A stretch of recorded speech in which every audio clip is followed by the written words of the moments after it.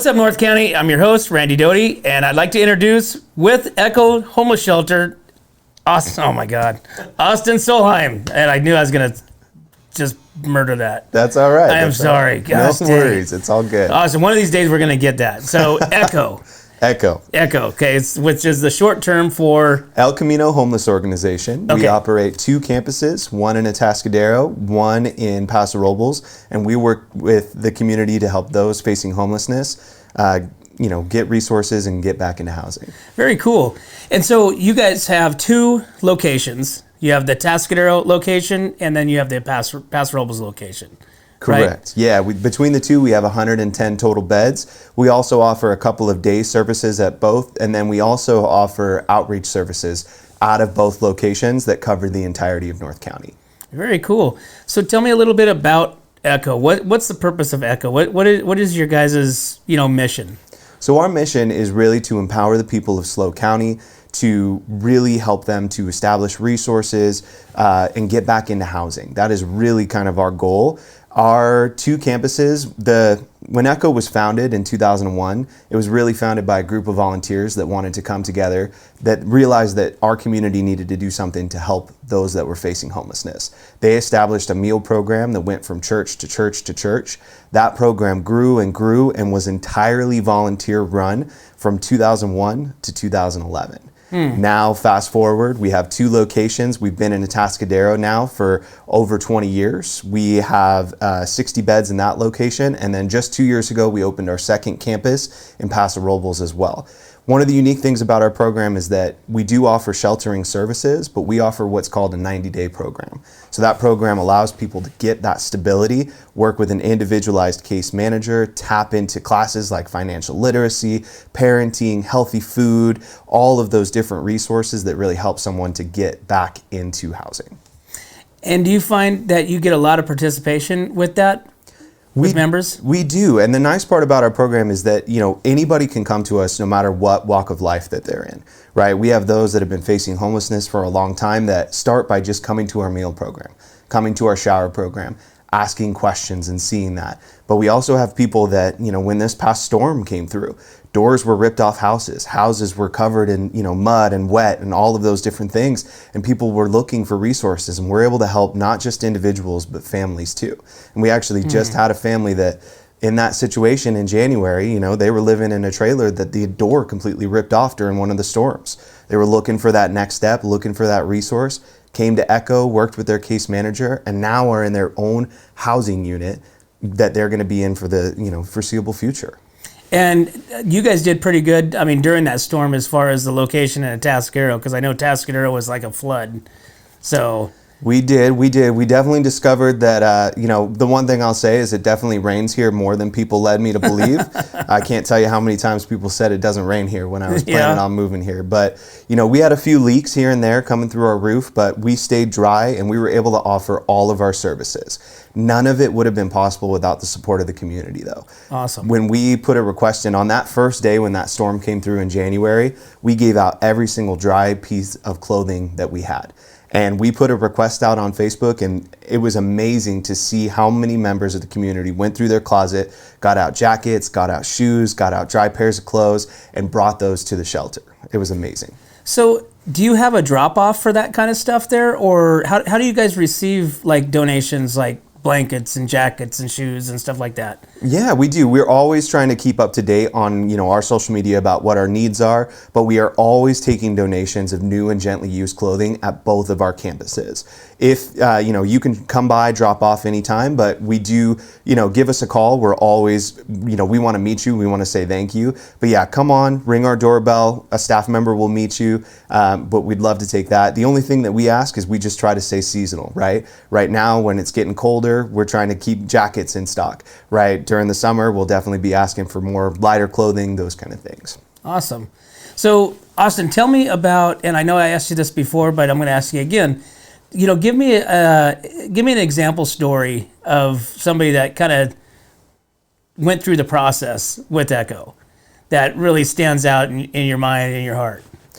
So there was a gentleman that, and part of my role is I get to write a lot of the success stories. And so there's been so many this year that it's been incredible. And we do a success story on our social media pages every single Sunday. We post a Sunday success story. And one of the stories that I just absolutely love is a gentleman that came to our campus in Atascadero.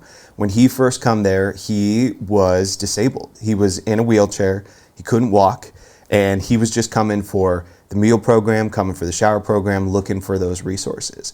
With working with his case manager and tapping into resources, he started being able to make his medical appointments. He started being able to make, all of his case management appointments. And by working through there, not only was he able to find housing, but he was able to walk again. He was able to get back on his feet, get the treatment that he needed to be able to take care of himself. And I think the favorite part about this story is now this is a gentleman that lives right down the street from our campus in Atascadero. He comes once a week because he wants to pick up trash in downtown Atascadero. He wants to go through by the campus. We're right next to Atascadero High. We're right across the street from Atascadero Bible Church and the Christian Middle School as well in North County. And he wants to clean up that area because he wants to be a part of the solution. He wants to keep that place looking nice. So he goes and picks up trash throughout the entire campus and all the way down the street just to keep it looking nice and saying that this place did this for me. I can do this now because of this campus. Wow, it's one of my favorite stories. That's an awesome story, man. And which brings us to what you guys are doing to help fund all those things, which you have this program and this event coming up, two of them, called the Empty Bowls. Empty Bowls, yeah. So we're holding Empty Bowls, which is a fundraiser that we do every year. This is actually our 8th annual Empty Bowls that we're going to be doing at 2 events, one at Atascadero Bible Church on April 20th from 11 a.m. to 2 p.m. And then the second event is going to be on April 27th, so the Thursday after, but it's going to be at Studios on the Park in downtown Paso Robles, and that one's going to be from 5 p.m.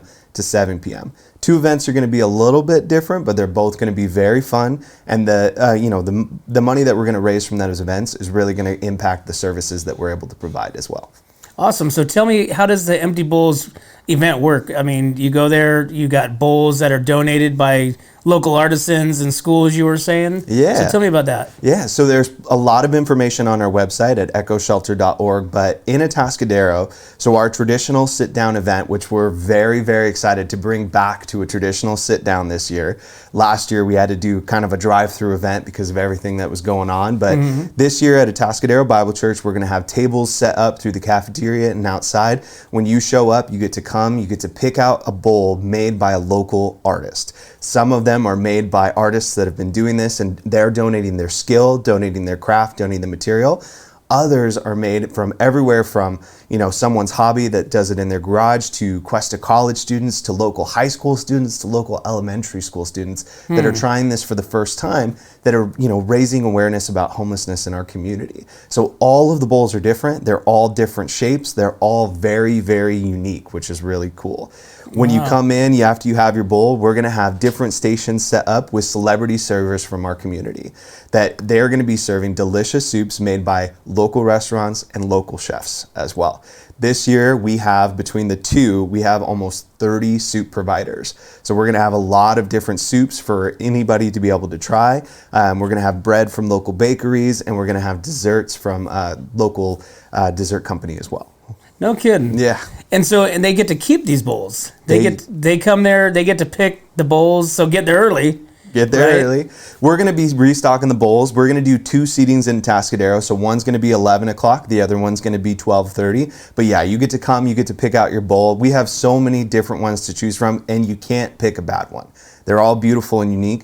My favorite part about this event is every time that I bring it up in this community, someone tells me about all the bowls that they've collected from the events in the past too. So it's amazing to see the different collections that everybody that's come to this event before has created on their own.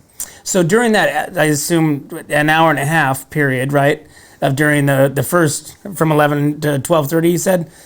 What goes on during that? Is there a speaker? Is there maybe a person that has went through this? I mean, what goes on during that period? We're going to have a lot of our board members. We're even going to invite some, some past residents, some current residents to come over as well and enjoy that. But the goal of this is really to bring the community out and celebrate the community, because none of it would be possible without the support of the community. So when we want the community to come out, we want them to join a table. We want them to mingle, talk, enjoy themselves out there. We're going to have music playing, but the goal is to have a fun event of just enjoying the soup, enjoying each other. Really, if we're going to be there, staff is going to be there to answer any questions if anyone has anything or wants to know more about Echo.